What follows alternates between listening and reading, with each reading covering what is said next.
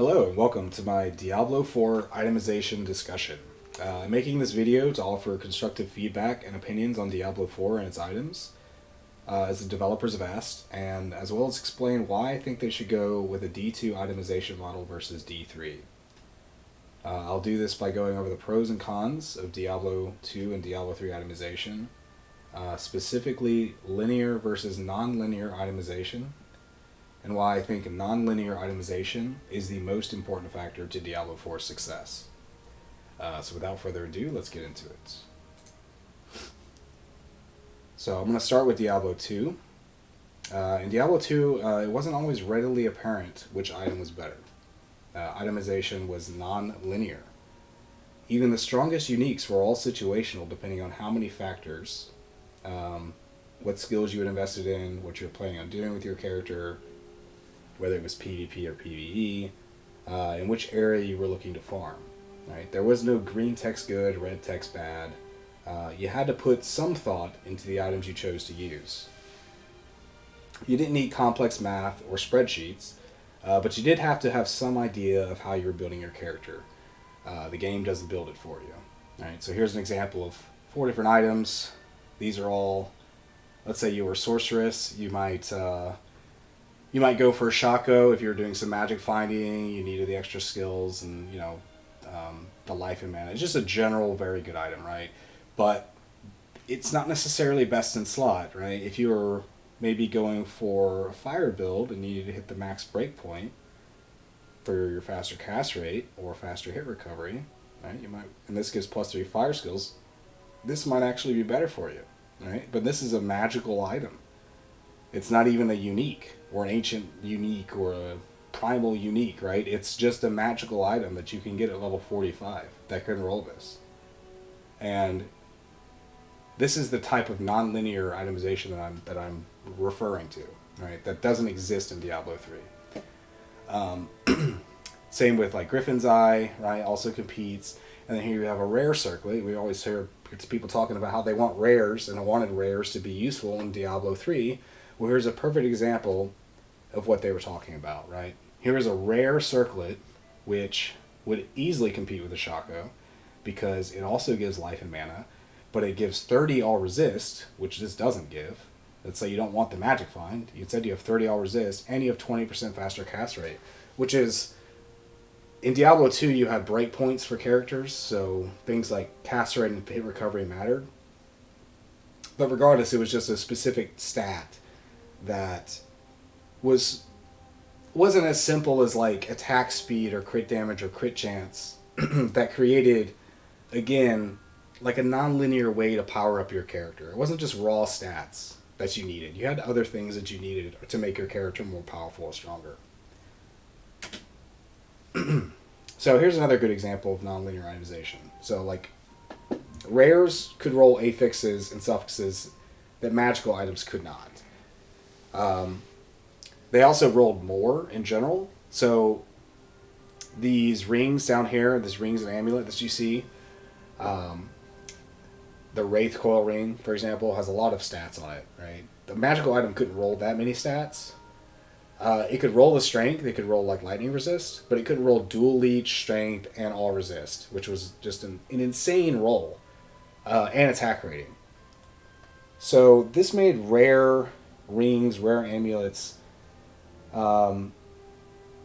potentially more useful than uniques. And there were plenty of unique rings and amulets in Diablo 2 that were extremely strong, like Mara's Kaleidoscope and Stone of Jordan and Ravenfrost. But these rings and amulets, rares, could compete with it. So if you found a rare ring or rare amulet, you were excited to pick it up and identify it. That never happens in Diablo 3. You pick up your rares and magicals, and all you do is you take them to the crafting dude and you hit disenchant all, and that's it. That's all you ever do. You don't ever look at the item outside of the leveling process. Another example is this Jeweler's Monarch of Deflecting you see at top right. This is one of the rarest items in Diablo 2. The reason it was so rare is that this was the first shield that could roll Jewelers and also had the lowest strength requirement. And Monarchs only dropped in Hell in certain areas, so you would have to farm those specific areas in order to wait for a blue monarch to drop and then identify it and hope it rolled Jewelers of Deflecting, which didn't roll very often. But why was this item useful? Why was a magical item with 4 sockets useful, right? Well, it's because there also existed something called jewels. And jewels basically had affixes and suffixes, sort of mini affixes and suffixes rolled onto them that normally would only be on items. And in this particular case, they're using facets, rainbow facets, which had -5 lightning resist and +5 lightning skill damage on them. And there's 4 of them, so you get -20 lightning resist, +20 lightning skill damage, plus the block rate, which made this item extremely good for, say, a light Sork PvP build, right? So it's very niche, very specific, but the fact that items like this existed, and like an item like this could trade for so many items too. Regardless, this is just another example of non-linear itemization. It's not as simple as just looking at the item and going, yeah, it gives me more stats. Oh, it has a cool legendary ability, whatever. No, you kind of there was more ways to level up or make your character stronger outside of just raw stats. Again,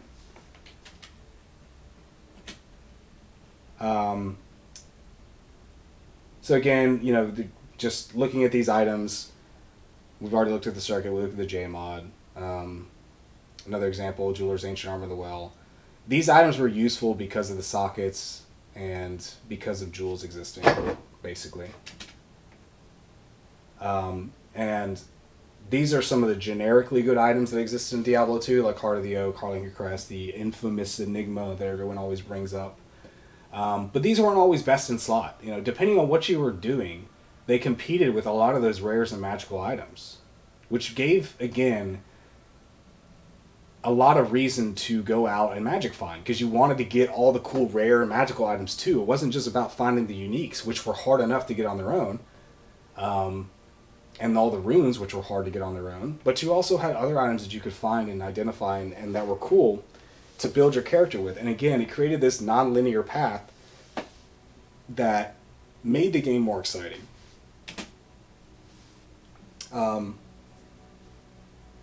So another thing that I like to talk about is items had restrictions in Diablo 2 as far as equipping them that doesn't really exist in Diablo 3. For example, strength was a stat that was required to wear certain gear, dexterity as well, not just the level. And I think that this gave items a weight to them, no pun intended, that actually made it feel impactful to wear and equip them, right? If you have a level 70 sorceress that just throws on a giant mace, right, because it has an up arrow on it, it doesn't really feel that great, because it's like, why is my sorceress running around with this giant mace, right? She's not very strong. So even though strength and dexterity, when we think about it, we're like, oh, we just wanted as much to wear our gear, right? They weren't important stats. Well, that is why they were important. I think they didn't need to have a huge impact to be important, right? You didn't need to think about them much to be important. I think that's good game design. They existed. You didn't need to think about them much, but when it did come up, they mattered. And then in this case, they mattered. Whenever you went to go equip a certain type of gear, you're like, oh, I don't have enough strength. I need to get more strength. How do I do that? Well, I can either invest into it on my character sheet, or I can find other gear that gives me strength. Again, it creates this non-linear path to equipping items, to finding, to upgrading your character.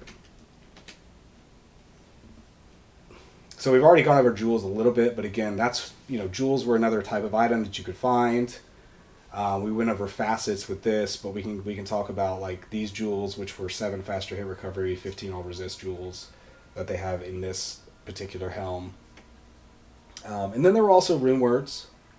This is a really simple one, not one of the infamous ones, but rune words existed and could only be used in white items, okay? So we gave white items value that otherwise didn't exist in Diablo 3 again. So let's say you had a 3-socket magical helm or mirror helm, you could not create a rune word in that helm. You needed to create it in a white helm. So you need to define specifically a white helm in order to use this. Here we have an example of an ethereal Cryptic Sword, Ethereal was another modifier that went on items. I don't think it's that important to talk about. It's something that was in Diablo 2 that increased the base sort of damage or base defense of an item. But the caveat was that it couldn't be repaired. I don't think that's an important modifier, but it was just another layer of things that went onto items that made it so that the item hunt was more exciting. In Diablo 2, you also had gems, just like in Diablo 3. But gems were, just like in Diablo 3, you could put them in items. They gave you certain stats. For Topaz would give you like magic finds or lightning damage. These gave all resist if they were put in shields, the diamonds. These gave strength. Rubies gave life. Skulls would give leech. And these were actually used in items prior to 110. So gems actually had value in being socketed in and of themselves, but they also had value in crafting recipes, which is why you see here somebody has stashed up 64 perfect gems, because they're very useful for not only crafting but also trading, because you could trade 64 perfect. It took a while to get this many gems. You could trade this many gems for items. You could trade them for a skin of the Viper Magi or a Peasant Crown or something to get you going on another character.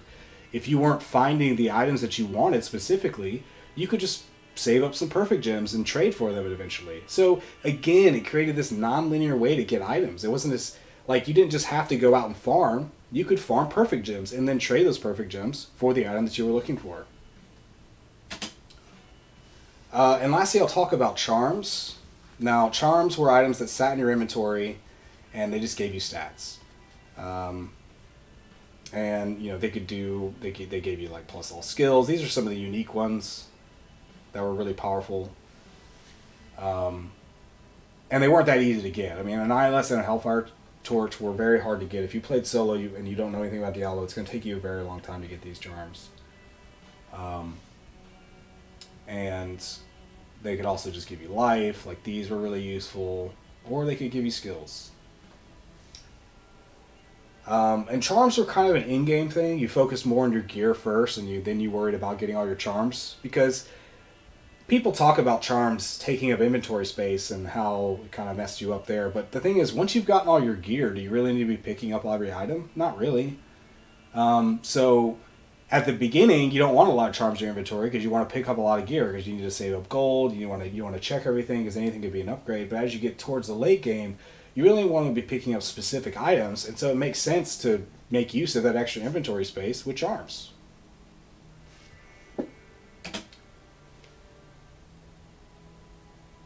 So are we noticing like a trend here? The range of items and item types created a non-linear path to itemization. There was no clear-cut path to creating the strongest character. Depending on the situation, your goals in the game, your ideal or optimal items could change. So in order to have access to everything you wanted to do, you needed a lot of items and characters. A lot. And these requirements that you wanted to meet to achieve all your different goals in Diablo 2, whether it was magic finding, doing pit runs, cow runs, boss running, key running, Uber Tristram, low, mid, high level PvP, low, mid, high level PKing, is what the in-game of Diablo 2 looks like. It wasn't just spam greater rifts until you're on a leaderboard, right? Because each class and item setup served a different purpose. So on the contrary, in Diablo 3, and what seems to be the direction of going in Diablo 4, itemization is linear, right? And it's trivially simple to solve for a number of reasons. All right, here you have Maximus, and you have the ancient version of Maximus, and you see the green, and you're like, all right, well, I'm equipping this one, and I'm throwing this one away. So legendaries only competed with better versions of themselves. This is linear itemization in a nutshell. And here you see the direction they seem to be going in with Diablo 4, which is you have some magical boots, and then you see this little green arrow right here, and we're just going to equip these because we don't care if it's sorceress, we just know it's better. We don't have to think about it. We can glance over our inventory real quick, see the green arrows, and equip the green arrows, and that's all we have to do. And I don't think that's going to be engaging for anybody, to be honest. Especially with the way the scaling works. If the world and your items are all scaling, you know, in Diablo 2 you could find those rare boots that I showed you, trifecta boots, and wear those, right? At a higher level, at a max level. You could never do this in Diablo 3 if they go that route. So I think this is the wrong direction to go. Again, here's another example of legendaries only competing with better versions of themselves. If this is your best in slot, you're only just looking for the better version. And anytime I feel like in a game you see these large numbers being necessary, something went wrong somewhere, right? Something went wrong in the itemization process or the design of the game. Something got messed up because you don't really need this to create a compelling or engaging itemization system. Then we have these overpowered sets, right? Which kind of pigeonhole you into a certain playstyle and skills, because these sets would be like, all right, they give you 10,000% extra damage on one of your skills. You're like, all right, well, I guess I'm using that skill, right?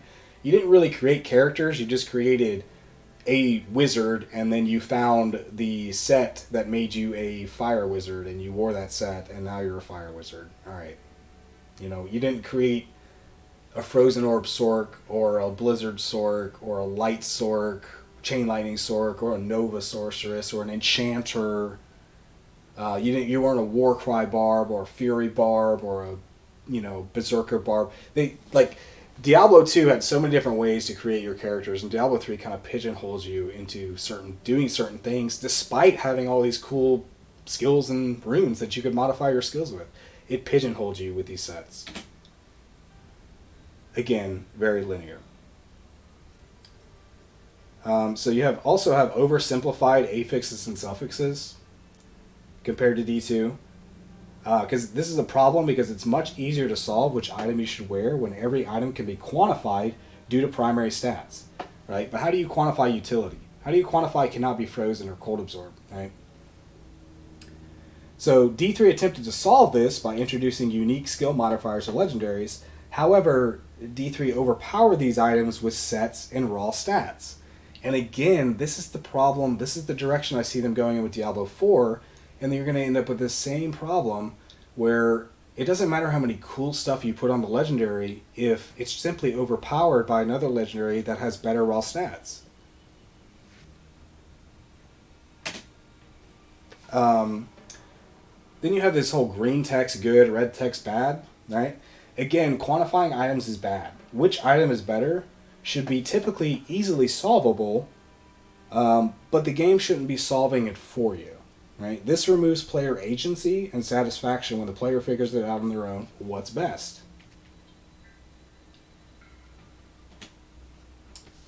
Also, the way the stat system worked in Diablo 3 was that each class had its own primary stat. And if the stat wasn't present on an item, you immediately knew it wasn't good for you. That's too easy to solve. Again, the game is kind of just solving it for you.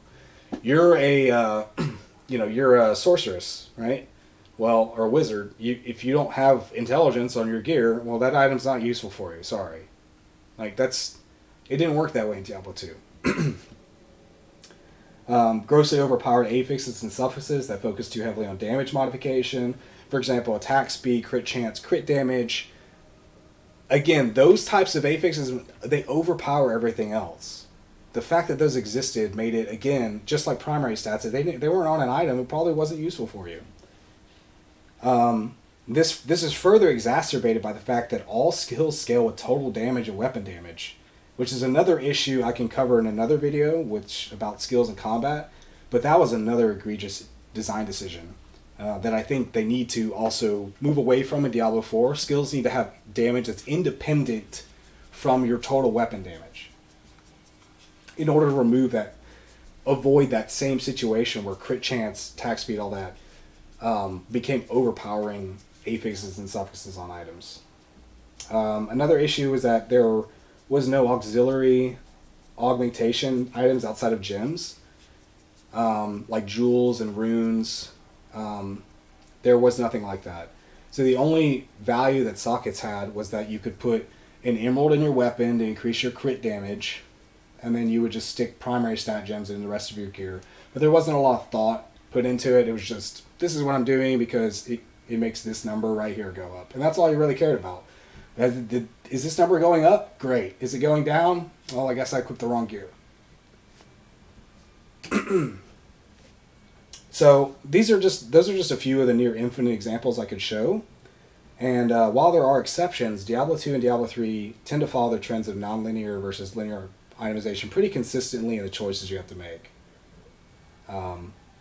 But something I want to talk about that I don't hear people talk about that often is item locations and level ranges. So let's talk about how we find items, right? In Diablo 2, items and their types were often restricted to certain zones and difficulties, making it so that you would need to farm different areas under different levels of difficulty in order to have a chance at finding the item you wanted.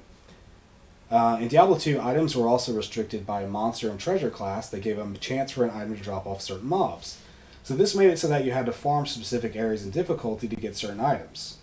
All right? It goes even further in that for magical and rare items, item level affected the chance to get certain affixes and suffixes. For example, like if you were trying to farm jewels that had +9 max damage, right? You wouldn't want to farm for those in Hell because all the jewels you find in Hell are going to have an item level or treasure level that makes it so that they roll a higher level restriction than what you would find in normal. So if you were farming those items, you would actually farm in normal. So it created a non-linear path to farming specific items. And even in Diablo 2 as well, you could find unique items that even at level 1 that could still be useful and potentially best in slot for your purposes in-game. For example, Mage Fist, require level 23. These are best in slot for a Fire Sword. Frostburns, level 29, right? Increase maximum mana 40%. Well, that's pretty useful and could be useful all game.